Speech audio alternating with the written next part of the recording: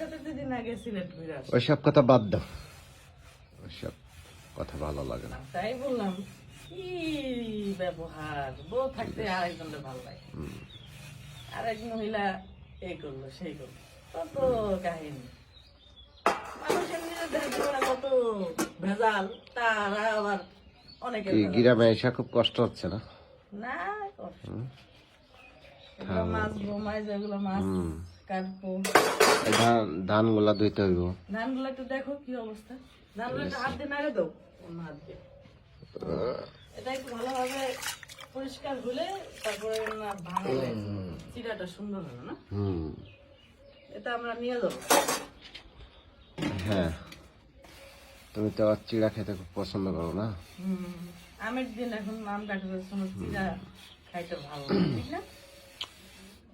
আসলে মা যে কাঁঠাল আনতে গেল, কাঁঠাল খাইবা? মা যে কাঁঠাল আনতে গেল এই গরমের ভিতরে খাইলে খুব কষ্ট হইতে পারে, তারপর আনলে খাইতে হবে না। তুমি তো কালো হয়ে যাবে দেখছি। কালো হবো, ধলা হবো, আচ্ছা, পরিষ্কার হবো।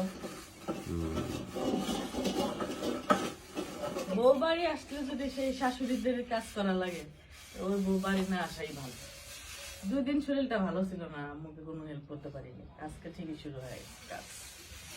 এখন হাড়ি পাতলি সব ধুবো, ধুয়ে মাছগুলো দেখো, মাছগুলো ট্রেটা সরো, মাছের ট্রেন নিচে এই যে ট্রেটাও সরাইলি মাছ, মাছ টাছ সব ভিজানো হইলো, ওইগুলো সব কাটা হয়েছে, সব কাটতে পারবা তুমি? সব কাটবো, ছাই দিয়ে সব কাটবো, পারবো না কে? পারবো না কে? আচ্ছা, এইগুলা পরিষ্কার করার পরে হ্যাঁ, আমরা গরু দেখতে যাবো কিন্তু। হ্যাঁ, আগে 4টা খায়া নিবা, বুঝছো? খাইয়া হ্যাঁ, কুরবানির গরুটা নাকি একটু দেখতে আব্বু বাবা। তুমি না কালকে হচ্ছে এই চিড়া কলা খাইতে চাইলা, কলা নিয়ে আসলো। হ্যাঁ, এটা ধুইয়া তারপরে খাবো। ঠিক আর আব্বু বারবার কুরবানির গরুটা দেখতে যাইতে বলে। আচ্ছা, ঠিক আছে, বুঝছো? আচ্ছা। কুরবানির গরুটা দেখার দরকার না, কুরবানির পশু দেখতে হয়,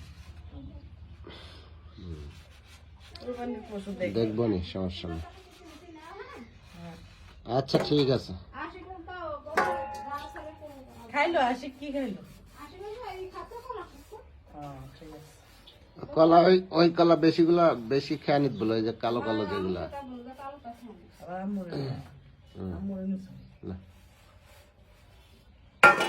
ই করে দিও, দেখি কি? আমি দেখি।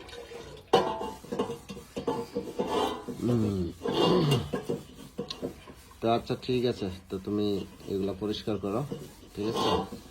তারপরে মাছগুলা কাইটা নিও, বুঝছো? মাছগুলো কাটতে হবে তো, আমি এগুলো মাছ দিব, তুমি সব ধুয়ে ফেলবা পানি দিয়ে। আচ্ছা, আর মাছ কাটতে হবে।